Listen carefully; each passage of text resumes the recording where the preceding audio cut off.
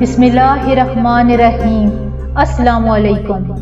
کیسے ایک شخص نے اپنی 100 سالہ عبادت محض ایک پانی کے کٹورے کے عوض دے دی تھی۔ آخر اس نے ایسا کیا سوال کیا تھا کہ پانی کی چند بوندوں کے بدلے اس نے اپنی 100 سالہ عبادت دے دی۔ بنی اسرائیل میں ایک شخص بہت عبادت گزار تھا۔ اس نے اللہ کی عبادت اور اللہ کی راہ میں اپنے بیوی بچوں کو بھی چھوڑ دیا اور سمندر کے کنارے ایک چٹان پر اللہ کی عبادت میں مصروف ہو گیا۔ یہ واقعہ اسلام آنے سے بھی بہت پہلے کا ہے۔ اس وقت اللہ کی راہ میں رہبانیت اختیار کرنا جائز تھا۔ اللہ تعالیٰ نے اس چٹان پر ہی اس بندے کے کھانے پینے کا انتظام کر لیا۔ وہاں ایک میٹھے پانی کا چشمہ نکل آیا جس سے وہ ٹھنڈا پانی پینے لگا، اور ساتھ ہی ایک انار کا درخت بھی اللہ نے اگا دیا۔ وہ روزانہ ایک انار کھاتا اور پانی پی لیتا اور سارا دن ساری رات عبادت میں مصروف رہتا تھا۔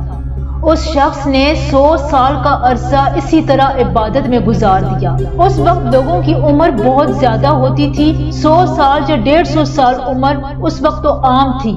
جب اس شخص کے مرنے کا وقت قریب آیا تو اس نے اللہ تعالیٰ سے دعا مانگی، اے اللہ، میری ساری زندگی تیری عبادت میں گزری ہے، اب میرا آخری وقت آن پہنچا ہے۔ میری یہ خواہش ہے کہ جب مجھے موت آئے تو میں سجدے کی حالت میں ہوں، اور تو میرے جسم کو قیامت تک محفوظ رکھنا، تاکہ جب میں قیامت کے دن اٹھایا جاؤں تو سجدے کی حالت میں اٹھوں اور تیرا ذکر کرتے ہوئے ہی میری آنکھ کھلے۔ اللہ نے اس کی یہ دعا قبول کر لی اور سجدے کی حالت میں اس کا انتقال ہو گیا۔ اللہ تعالیٰ نے اس کے جسم کی حفاظت کے لیے آس پاس گھنے درخت پیدا کر دیے۔ حضور اکرم صلی اللہ علیہ وآلہ وسلم نے صحابہ اکرام سے فرمایا تھا کہ آج تک اس شخص کا جسم سجدے کی حالت میں محفوظ ہے۔ مرنے کے بعد بارگاہ الہی میں جب اس شخص کی پیشی ہوئی تو اللہ تعالیٰ نے ارشاد فرمایا، میرے بندے، میں نے اپنے فضل و کرم سے تجھے بخش دیا اور فرشتوں کو حکم دیا ہے کہ میرے اس بندے کا نام جنت کے اعلیٰ مقام پر لکھ دو۔ تو اس عابد کے دل میں یہ خیال پیدا ہوا کہ میں نے 100 سال تک اللہ تعالیٰ کی عبادت کی ہے، اپنے بیوی بچوں کو بھی چھوڑ دیا اور ساری دنیا سے کٹ کر صرف سمندر کی چٹان پر بیٹھ کر عبادت میں مصروف رہا، اور آج اللہ تعالیٰ فرما رہے ہیں کہ میں نے تجھے اپنے فضل سے بخش دیا، تو میرے اتنے سالوں کی عبادت کہاں گئی؟ اللہ تعالیٰ میرا دل رکھنے کے لیے ہی یہ کہہ دیتے کہ تیری نمازوں، تیرے روزوں اور تیرے ذکر کی وجہ سے میں نے تجھے بخش دیا۔ اللہ رب العزت جو دلوں میں پیدا ہونے والے ہلکے سے خیال کو بھی جان جاتا ہے، تو فرشتوں کو حکم ملا کہ اس شخص کو جنت میں لے جانے کی بجائے جہنم کی طرف لے جاؤ، لیکن اسے جہنم میں داخل مت کرنا، بلکہ جہنم سے 500 میل کے فاصلے پر رکھو، جہاں جہنم کی آگ کی تپش اسے محسوس ہوتی رہے۔ اسے وہاں پہنچا دیا گیا۔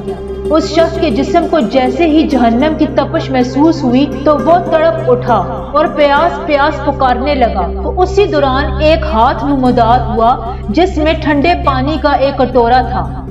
یہ دیکھ کر عابد دوڑتا ہوا وہاں چلا گیا اور اس نے کہا، اے اللہ کے بندے، مجھے پانی پلانا، پیاس کی شدت نے مجھے تو بے حال کر دیا ہے۔